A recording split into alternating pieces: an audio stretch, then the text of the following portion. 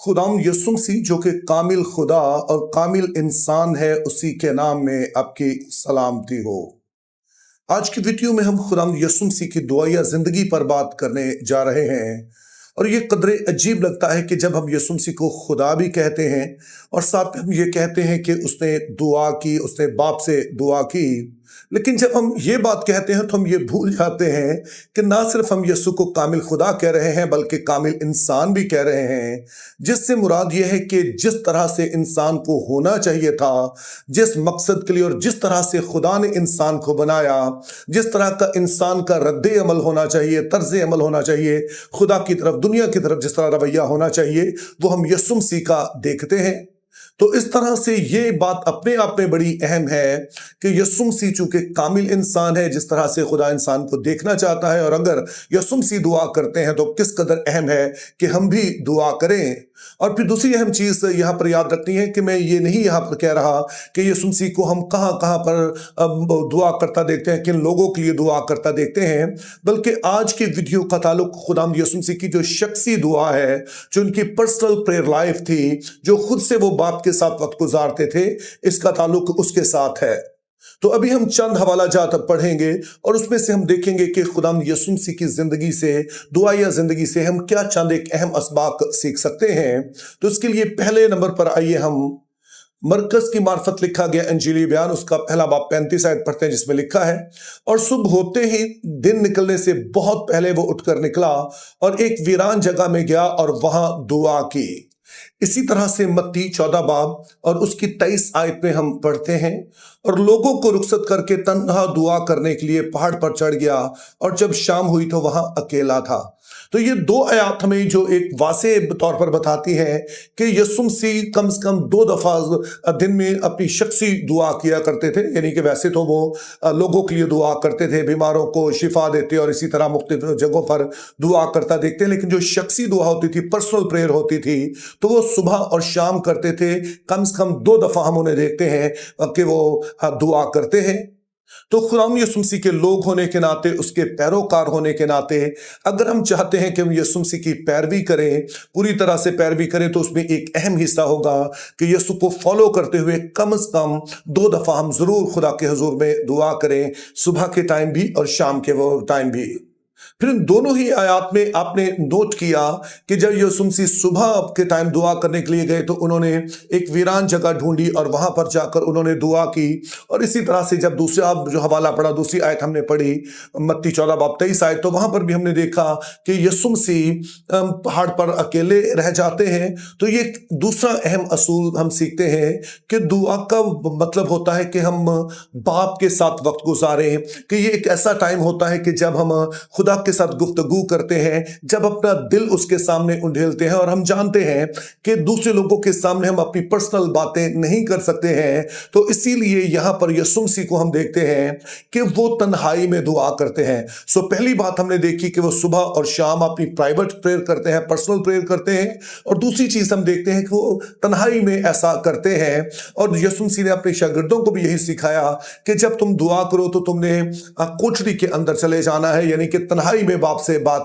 करनी है। जो हमारी पर्सनल प्रेयर की हम बात कर रहे हैं, फैमिली प्रेयर हो या पब्लिक प्रेयर हो, वो अलग बात है। लेकिन जब शख्सी दुआ की बात आप देखते हैं तो यसुम मसीह तन्हाई में अलग होकर बाप से बातचीत करते हैं, और ये क्वालिटी टाइम होता है कि जब आप अपना दिल उसके सामने खोल सकते हैं। और खुदाम यसुम मसीह की दुआएं जिंदगी से मुतालिक तीसरी बात सीखने के लिए आइए हम एक और आयत पढ़ते हैं, यानी लूका उसका 5वां बाब और उसकी 15 और 16 आयत, जिसमें लिखा है, लेकिन उसका चर्चा ज्यादा फैला और बहुत से लोग जमा हुए कि उसकी सुने और अपनी बीमारियों से शिफा पाए, मगर वो जंगलों में अलग जाकर दुआ किया करता था। अब यहां पर हम एक तीसरा असूल दुआया जिंदगी के हवाले से सीखते हैं कि अगरचे कि यसुम मसीह खिदमत कर रहे थे और बहुत सारे लोग उन पर पास आते थे, वो यसुम मसीह दुआ करते थे, यसुम मसीह लोगों को शिफा देते थे, यसुम मसीह कलाम सुनाते थे, तो वो एक तरह से हर टाइम ही दुआया रूह में रहते थे। लेकिन इसके बावजूद हमें बताया गया कि इस सारे टाइम में से, इतनी सारी मसरूफियत में से वो टाइम निकालते और अलग जाकर जो जंगल है वहां पर दुआ किया करते थे, जिसका मतलब है कि वो अलग जाकर वीरान जगह पर दुआ किया करते थे। और ये बात सिर्फ यहीं पर नहीं है, बल्कि पहली 2 आयत जो हमने पढ़ी उनमें भी ऐसा ही है। यानी कि मरकज़ पहला बाब 35 आयत, तो वहां पर जब यीशु मसीह दुआ करते हैं तो उससे पीछे हमें बताया गया पिछली आयत में कि पूरा शहर ही उनके पास इकट्ठा हो गया और वो उनको कलाम सुनाते हैं और उनके लिए दुआ करते हैं। लेकिन फिर सुबह होने से बहुत पहले वो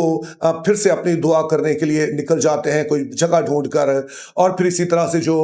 5000 को खाना खिलाते हैं तो उस वक्त भी वो खिदमत ही कर रहे हैं, लेकिन उसके बावजूद वो अपनी जो पर्सनल प्रेयर लाइफ है उसको डिस्टर्ब नहीं होने देते। और यही बात यहाँ पर बताई गई कि तमाम मसरूफियत के बावजूद कि हालांकि वो खुदा की खिदमत ही कर रहे थे, दुआए रूह में ही होते थे, लेकिन इसके बावजूद वो वक्त निकालते और अलग से वो अपना दुआया टाइम उनका होता था। और ये बात मेरे लिए भी और वो तमाम लोग जो किसी तरह से खिदमत करते हैं उनके लिए इंपॉर्टेंट है, क्योंकि समटाइम्स हम खिदमत में इतने मसरूफ हो जाते हैं कि हम अपनी दुआया जिंदगी जो है उसको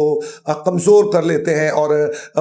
उस तरह से दुआ नहीं करते हैं जैसे हमें करनी चाहिए। बल्कि सेमिनरी स्टूडेंट्स के बारे में तो खास तौर पे कहा जाता है कि सेमिनरी में आके चूंकि वो समझते हैं कि पूरा दिन हम बाइबल मुक़द्दस ही पढ़ रहे हैं, तो जिस तरह से उनकी प्रेयर लाइफ होनी चाहिए वो वैसी नहीं रहती है, तो ये एक खतरा मौजूद होता है। लेकिन यीशु मसीह की जिंदगी से हम सीखते हैं कि आप कुछ भी कर रहे हो, खिदमत ही चाहे क्यों ना कर रहे हो, लेकिन पर्सनल प्रेयर लाइफ इंतहाई अहम है।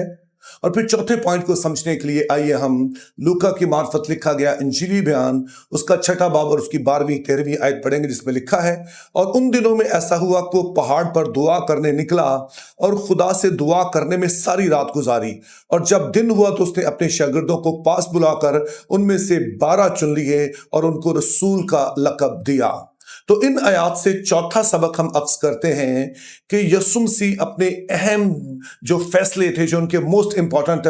फैसले थे जिंदगी के, उसके लिए फिर वो स्पेशल एक टाइम निकालते हैं दुआ करने के लिए। और इन फैसलों को करने से पहले वो बहुत सारा वक्त दुआ में गुजारते हैं। जैसे यहाँ लिखा है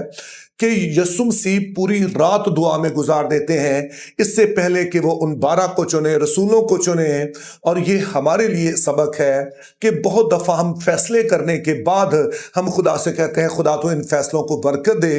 लेकिन दुआ फैसलों से पहले की जाती है। और इसके लिए ज़रूरी होता है कि अच्छा खासा वक्त खुदा के सामने गुजारें, क्योंकि अगर यीशु मसीह पूरी रात गुजार कर ये फैसला करते हैं तो हम जो कि आम इंसान हैं और कई तरह की और उलझनों में फंसे रहते हैं, तो शायद इजी नहीं होता है हमारे लिए खुदा की आवाज को सुनना। तो इसीलिए यह जरूरी है कि हमारे पास कुछ टाइम हो जो अलग किया जाए ताकि हम उसमें खुदा की आवाज को सुन सकें। तो ये एक और अहम सबक हम सीखते हैं कि अपने बड़े फैसलों से पहले एक अलग से दुआया टाइम होना चाहिए। यानी कि सुबह शाम तो हम शायद करते ही हो, जो हमारी आम दुआ है वो तो होती ही है, लेकिन फिर खास फैसलों के लिए खास वक्त ठहराइए ताकि उसमें आप खुदा से रहनुमाई ले सकें और उससे मदद ले सकें। और फिर 5वें और आखिरी असूल के लिए आइए हम मुक़द्दस लूका का इंजीली बयान उसका 22वां बाब और उसकी 41 आयत से पढ़ेंगे, जिसमें यूँ लिखा है, और वो उनसे बमुश्किल अलग होकर कोई पत्थर का टप्पा आगे बढ़ा और घुटने टेक कर यूं दुआ करने लगा, अय बाप, अगर तू चाहे तो ये प्याला मुझसे हटा ले, तो भी मेरी मर्जी नहीं बल्कि तेरी ही मर्जी पूरी हो। और आसमान से एक फरिश्ता उसको दिखाई दिया, वो उसे तकवीयत देता था। तो अब यहां पर हम एक और अहम असूल सीखते हैं कि दुआएं सिर्फ इसलिए नहीं की जाती हैं कि हमारी जो चंद ख्वाहिशें हैं वो पूरी हो जाएं। अगरचे कि बाइबल मुक़द्दस फरमाती है कि खुदा हमारे जो मन की मुरादें हैं वो पूरी करता है, जो उसमें होकर मन की मुरादें हैं, लेकिन बहुत दफ़ा दुआ वो सब कुछ नहीं हमें देती है जो हम चाह रहे होते हैं, बल्कि दुआ का मकसद होता है कि हम खुदा की मर्जी को किसी बारे में जान सकें और फिर उस मर्जी के मुताबिक हम ढल भी सके। चूंकि यहां पर आपने देखा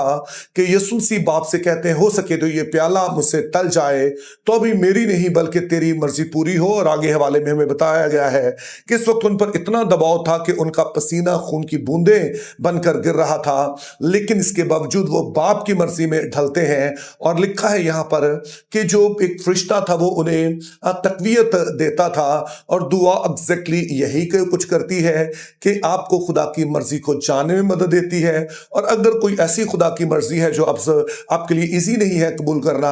तो फिर खुदा ताला आपको कुव्वत देते हैं, तकवीयत देते हैं ताकि आप उसकी मर्जी में ढल सकें। तो ये पांचवा अहम असूल है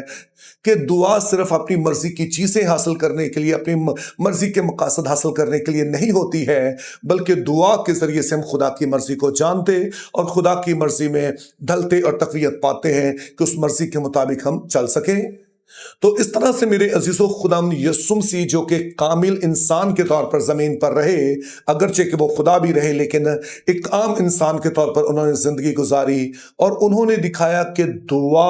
हमारी जिंदगी का एक अहम तरीन हिस्सा है। और जैसे बहुत सारे लोग कहते हैं कि दुआ रूहानी जिंदगी के लिए एक ऑक्सीजन की अहमियत रखती है, कि हमारी रूहानी जिंदगी को अगर जिंदा रहना है तो खुदा के साथ राब्ते में रहना है और उसके लिए दुआ करना जरूरी है। तो अगर खुदाम यीशु मसीह जो कि खुदा भी है लेकिन इंसान के तौर पर रहते हुए उन्होंने दुआया जिंदगी को अहमियत दी, तो हमारे लिए कितना अहम है कि हम दुआ करें। हो सकता है कि आपका दिल ना भी चाहता हो, लेकिन अगर यीशु की पैरवी आप करना चाहते हैं तो फिर दुआया जिंदगी के बगैर तो ये मुमकिन नहीं है। तो इसलिए मेरे लिए, आपके लिए ये इंतहाई अहम है कि हम दुआ को अहमियत दें, अवलियत दें। और जब हम ऐसा करेंगे तो यीशु मसीह की तरह हम वो जिंदगी पाएंगे जो कि बाप की पसंदीदा है, वो जिंदगी पाएंगे जो कि खुदा की मर्जी के मुताबिक है। और इसी में हम कसरत की जिंदगी का तजर्बा करते हैं। चूंकि खुदा को जानना अगर जिंदगी है, तो फिर जिस कदर हम उसको जानते हैं, जिस कदर उसकी मर्जी में ढलते हैं, उतनी ही कसरत की जिंदगी पाते हैं। Think biblically, live purposefully, have a very good day.